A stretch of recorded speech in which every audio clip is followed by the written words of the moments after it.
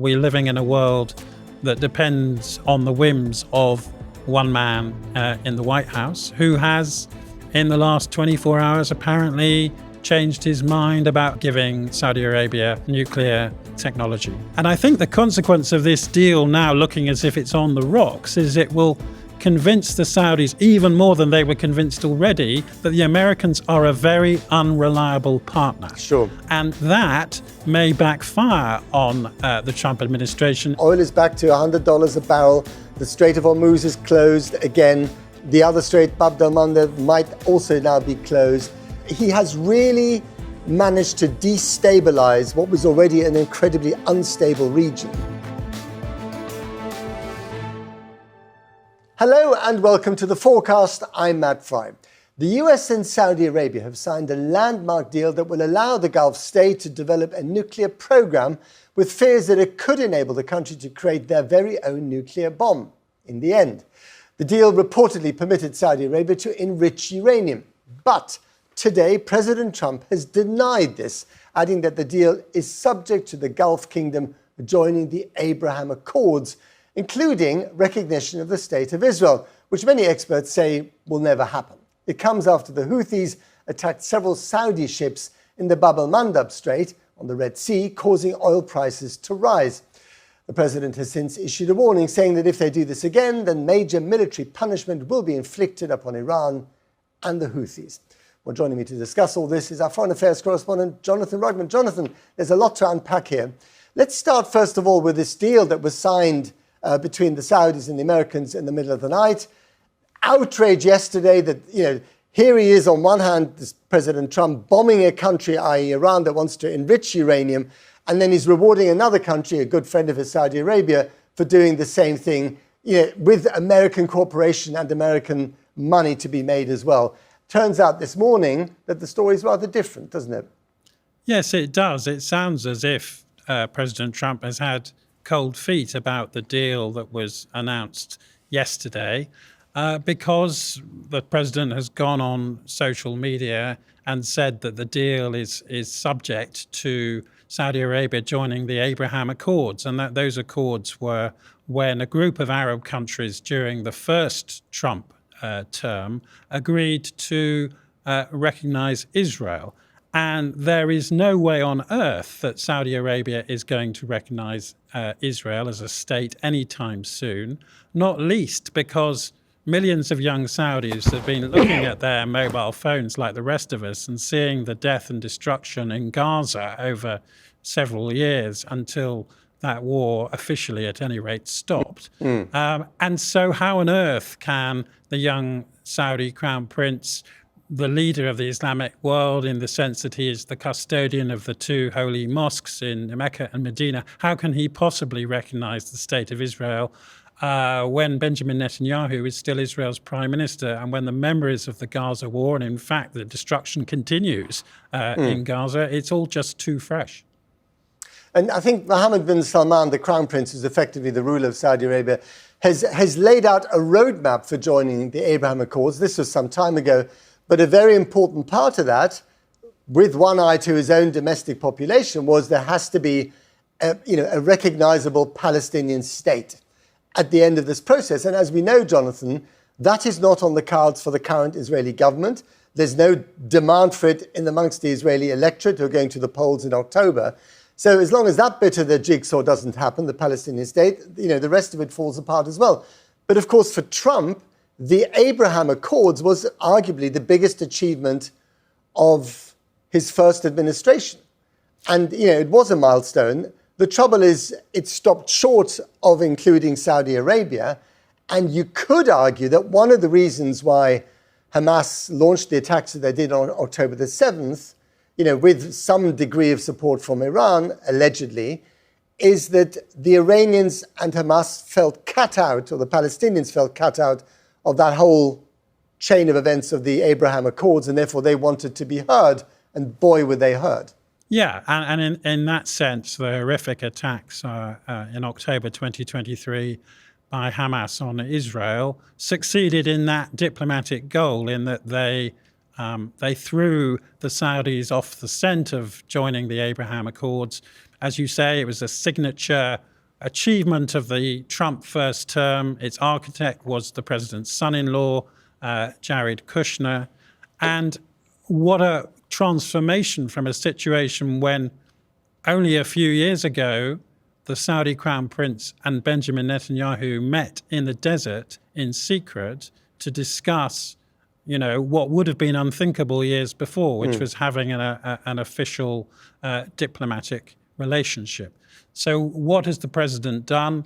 Well, he's decided to give the Saudi Arabia a nuclear deal, which on the reading of it yesterday looked like it was divorced from any diplomatic pressure for Saudi Arabia to do anything. And then today, the president seems to have woken up and changed his mind and said, no, there are going to be conditions here, conditions which sound so stringent that this nuclear program for Saudi Arabia sounds unlikely to go ahead anytime soon. I'd love to know what the sequence of events here was. Who gave him pushback? Who did he actually listen to? Or was it, him listening to his own inner doubts, which apparently does sometimes happen? Because, of course, it would have given the Saudis an awful lot. The Saudis would have loved this deal. But at the same time, it would have, and the big fear was that it would start a nuclear arms race between Iran and Saudi Arabia, between the Shia superpower in the region and the Sunni superpower in the region, which is always one of the great fears, if the Saudis were to be able to enrich. And of course, the deal that they've got at the moment, apparently, looks a bit like the thing that the United Arab Emirates have got, which is they've got a deal for nuclear civilian power, but no enrichment. So maybe that's where we are. And I think if that had been announced very clearly yesterday, there wouldn't have been so many ruffled feathers. That's true. But the way it was done was incredibly shoddy. I mean, it just really beggars belief, doesn't it? Yeah, and the United Arab Emirates has signed up to the Abraham Accords. And as you say, it's not allowed to enrich uranium on its own turf. So all the briefing yesterday to the American media was that Saudi Arabia would, in the course of time, be allowed to enrich its own uranium. And that would have upset the Israelis, who were no doubt on the phone to the White House, and it would have upset Republicans on Capitol Hill. And of course, it would have upset the Iranians too, who are being told under no circumstances can they have a nuclear weapon, and that everything they have to do has to be verified, and that the uranium that they have enriched has to be taken out of the country and supervised. By the way, they're not just being told, Jonathan, they're being bombed with words and bombed with bombs in order to dissuade them from doing so.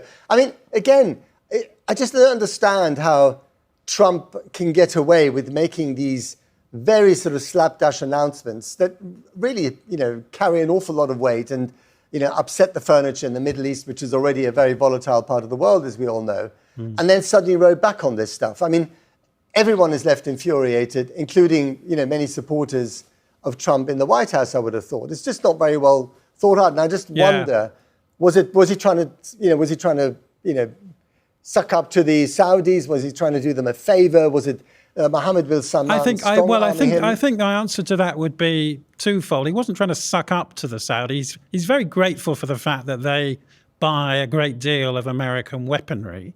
And he, as you know, is an entirely commercial animal. And the companies that stood to benefit from this nuclear program in Saudi Arabia were American companies, chiefly Westinghouse, which was on the brink of bankruptcy less than a decade ago. So this was a very big deal. And similar to the transfer of weapons technology, you'd have a lot of Americans on the ground supervising this thing. The Saudis would not be in a position to take over any kind of stewardship or management of a nuclear program for some time to come, let alone secretly going off and developing a nuclear weapon, which I think would have been even further away. And I think the consequence of this deal now looking as if it's on the rocks is it will convince the Saudis even more than they were convinced already that the Americans are a very unreliable partner. Sure. And that may backfire on the Trump administration in the sense that, the Saudis as a middle-ranking power do what other middle-ranking powers do, which is they look around the world and they say, well, who else can we turn to? Who else should we be talking to? Maybe the Russians, maybe the Chinese. I mean, just looking at it from the Saudi point of view, you could, of course, also make that argument. One, we feel very insecure in our own region because, just again this week, our tankers have been hit by the Houthis. We'll talk about that in a minute. Our American bases on our soil have been hit by Iranian missiles, Iranian drones. We feel much less secure in this neighborhood. And you yourself have made the opening or the reopening of the Strait of Hormuz the ultimate priority of the war that you started with the Israelis, over which we were not consulted. And you've pushed the whole nuclear thing, the Iranian nuclear thing, onto the back burner. So if the Saudis can no longer be sure that Iran can never get a nuclear weapon, because the Americans have basically screwed up that particular war aim, then obviously, and the Iranians are attacking their territory all the time. Of course, they feel much less secure in their own territory. You can understand why they may want to eventually get their own nuclear weapon. And that's something that we've kind of theoretically spoken about, for years. Yeah, and there it suddenly was, potentially, last night.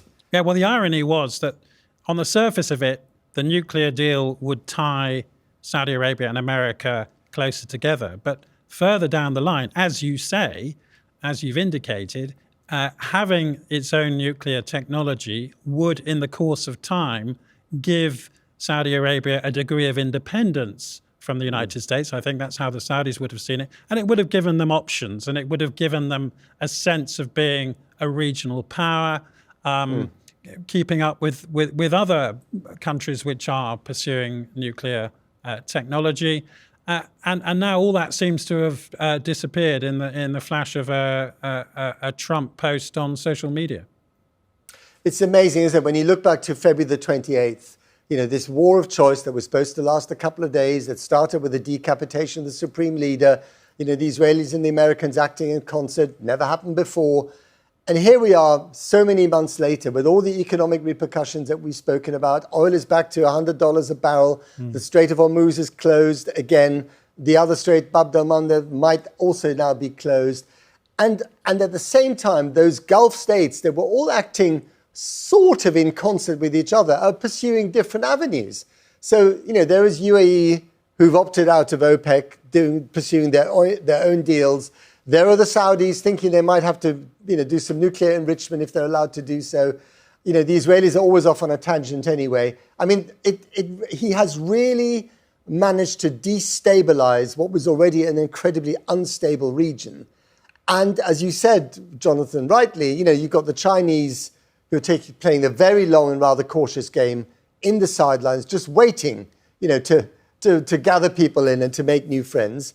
And the Russians, also playing an interesting sort of backdoor game, obviously still with the Iranians very much. I think that the instability that you're talking about, what I'm really worried about right now is it's going to get a lot worse because the Houthis in Yemen have attacked 2 Saudi oil tankers, apparently choking off another avenue for Saudi oil now that the Strait of Hormuz is pretty much closed already.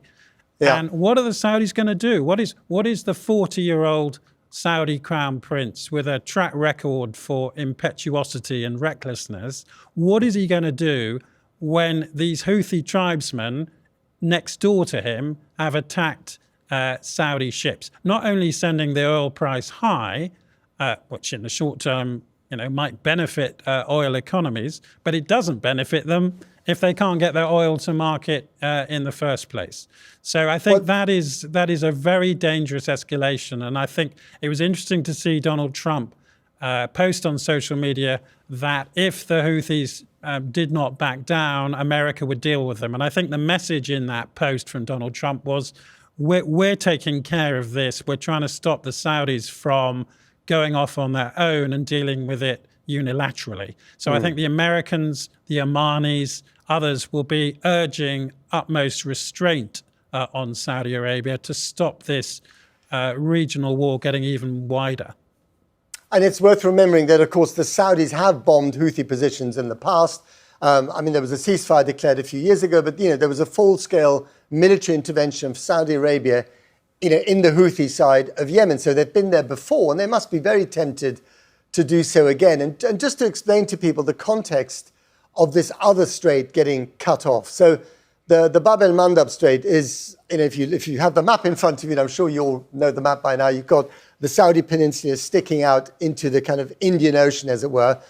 On the northern side, you've got the Strait of Hormuz. On the southern side, you've got the Bab el Mandab Strait. And that is the one that, at the top end of the Red Sea, you've got the Suez Canal. At the bottom end, you've got that particular strait. And that, of course, is where the Houthis are now threatening and bombing Saudi shipping, as we discovered in the last few hours. Now, the Saudis, quite cleverly, after the Strait of Hormuz was closed, bear with me, they have this wonderful pipeline that goes from the Gulf to the Red Sea across Saudi Arabia. It's called the East-West Pipeline. So instead of shipping their oil, trying to ship it through the Strait of Hormuz, they shipped it across Saudi Arabia and then sent it south through the Red Sea past the Bab el Mandab Strait to their Asian markets. If that strait is closed, denying the Saudis to ship 5 million barrels of oil every day through that strait, then the only other way they can go is through the Suez Canal, so heading north. Now, there's a problem there. The Suez Canal is much narrower than the Bab el Mandab Strait and not as deep. And that means that the really heavy tankers that take 2 million barrels of oil can't sail through there. They can only go through there with half a load. I've become a real barrel nerd about this, doing my homework, as one has to. So you've got a half a load, and then once you've gone through the Suez Canal, you then had to add an extra month to your journey because you have to go all the way through the Mediterranean, through the Straits of Gibraltar, down past Africa, past the Horn of Africa, and then to your Asian markets. So this adds per tanker, I think $1.5 million in cost. It adds a month in shipping costs. So if you're an Asian economy relying on Saudi oil, as many of them do, you're really having some sleepless nights at the moment. John, and it's really bad for the Saudi economy. I cannot imagine, Jonathan, that the Saudis won't be seriously tempted to launch their own military intervention here against the Houthis, whether the Americans like it or not. And I guess the Americans would then be forced to go along. So imagine this. You've got the Saudis attacking the Houthis. Americans are involved in that fight. You've got the Israelis then think, well, hang on, let's just finish business here. We'll carry on with Iran. You've got the Americans involved in that. Meanwhile, they've been running out of ammunition and Patriot missiles and Tomahawk missiles, which they were hoping to restock on. I mean, this is a real mess, isn't it? Yeah, it is. And just to add one other figure to the one that you came up with about the transportation of oil, this pipeline that the Saudis had been cannily using to try and avoid the Strait of Hormuz, because the Iranians had closed it, accounts for 3 to 4% of the world's oil production. Now, that might not sound like a lot, but when the price is already high and going higher, then choking off another exit point for Saudi and Gulf oil is hugely significant. And that's why the Saudis are so upset about this. The one factor that we should perhaps think about is that when the Saudis went to war with the Houthis in 2015, the war was launched by the Crown Prince very shortly, just a few months after his father had become king of Saudi Arabia. It was a disaster. It was a humanitarian disaster. Hundreds of thousands of people died in starvation associated with the economic blockade that the Saudis imposed. And that blockade is at the root of Houthi grievances against the Saudis today. So although President Trump is saying the Houthis are tools of the Iranians, the Houthis have their own grievances against Saudi Arabia. And they see themselves as a bit like the Iranians see themselves, I think, as, you take us on at your peril. So yes, it is possible, and we've already seen, in the last year, the Americans bomb the Houthis, the Israelis bomb the Houthis. That might happen again in an attempt to dissuade them from targeting Saudi ships. And if they do that, that may be a better outcome in terms of regional stability than the Saudis getting involved in another war with the Houthis. And I think, it's also worth remembering just, for poor old Andy Burnham, who's, on day 4 in his new job, with some fairly good inflation numbers just yesterday. I mean, our inflation numbers, they weren't great, but they were better than, the rest of Europe and even the United States, astonishingly, considering what's been happening since the end of February. Of course, those inflation numbers will just be, for the birds, because the price of a barrel of oil is back up to $100. If the Bab el Mandab Strait is indeed closed, I'm sure that price will go up to where it was in February, which is $125, perhaps even more. And then, of course, you're back to those terrible inflation numbers as you head out of the summer into the winter. I mean, again, this is also really bad news. And yes. also, Jonathan, where are the international institutions in this? I mean, we do seem to be living in this kind of Wild West world that we were so fearful of when Trump got inaugurated and he gave that extraordinary speech. Yeah. Looking at hemispheric influence, the United Nations barely a squeak. I've heard these international maritime agencies that try to impose some kind of rule of law on the seas. Yeah. Again, not heard, overruled. I mean, we are living through this sort of very chaotic cowboy reality. Yeah, we are. I mean, I noticed last week that the spokesman for the UN Secretary General in New York, remember him, said that he expressed concern that the Americans were widening their attacks on Iran to potential civilian targets. But who was listening? As you say, it feels that we're living in a world that depends on the whims of one man in the White House, who has, in the last 24 hours, apparently changed his mind about a major policy announcement of giving Saudi Arabia nuclear technology. So, yet again, I'm changing my script for my next Channel 4 news report, trying desperately, as we all do, to keep up with the changing events, and they change all the time. Well, do you remember the first Trump administration, we all went around saying, it's not what he says, it's what he does. It's not what he tweets or what he posts, it's, the actions this president takes. Well, his tweets, his words are actions because people act on them, and sometimes he acts on them, and so he posts stuff about Iran or the Houthis that sounds outrageous, and then he backs that up with a missile, and they fire one back in return. I mean, and of course he's not the only one who's being unreliable and overreacting. The Iranians also seem to be drinking their own Kool-Aid after the funeral of the supreme leader not so long ago, where they saw these massive crowds. A victory is that they're still in the fight, that they're still managing to attack regional targets, that they killed 4 American soldiers last week. So the Trump philosophy in this war is that if you keep bombing Iran, it will become weak and it will negotiate on America's terms to give up its nuclear program. And that ain't happening at the moment because the Iranians, as you said, have discovered that they have a card even more powerful than the nuclear program, which they've been talking about, negotiating about for years, which is the Strait of Hormuz itself. And now the Iranians are saying, actually, now we're playing our next card. We're gonna get our Houthi allies, who we've been backing ever since Saudi Arabia went to war with the Houthis in 2015, which then threw the Houthis and the Iranians closer together.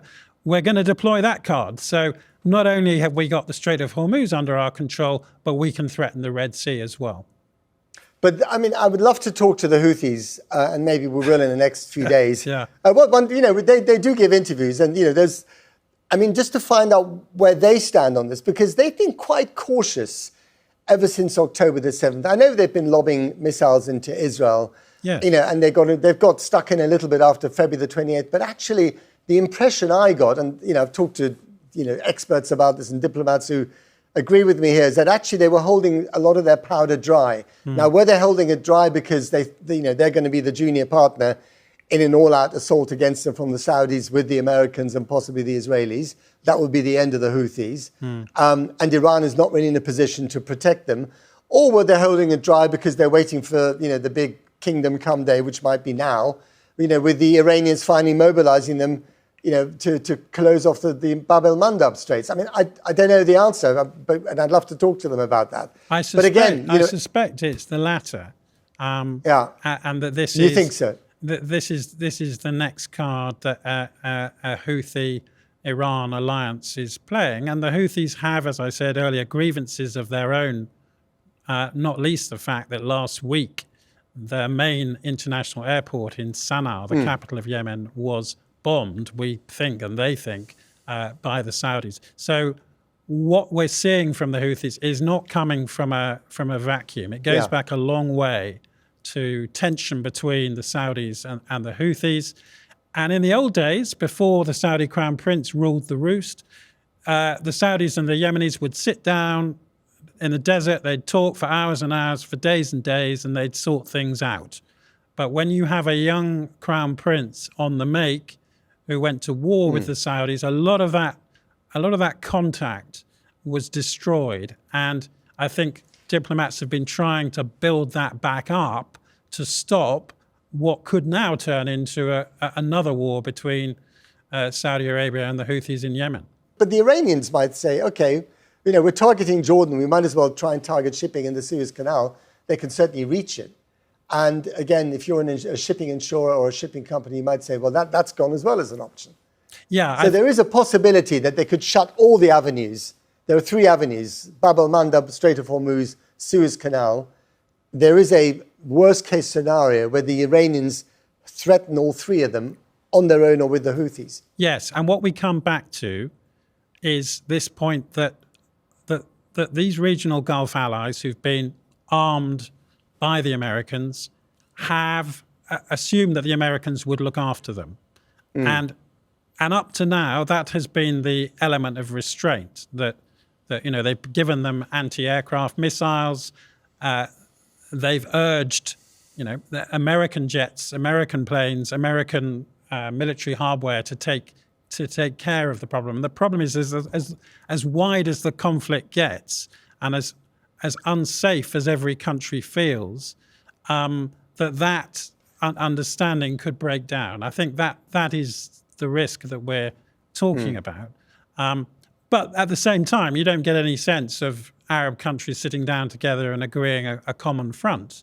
No. They are still very much militarily dependent on the Americans. But I just think the Americans are in danger of losing leverage and purchase in a way that they've always assumed that their military supremacy would buy them. And the fact that this nuclear deal with Saudi Arabia is now on the rocks, tells the Saudis, we really cannot trust these people much as we'd like to, because ever since the 1930s and the foundation of the modern Saudi state, the Americans have been the most important ally.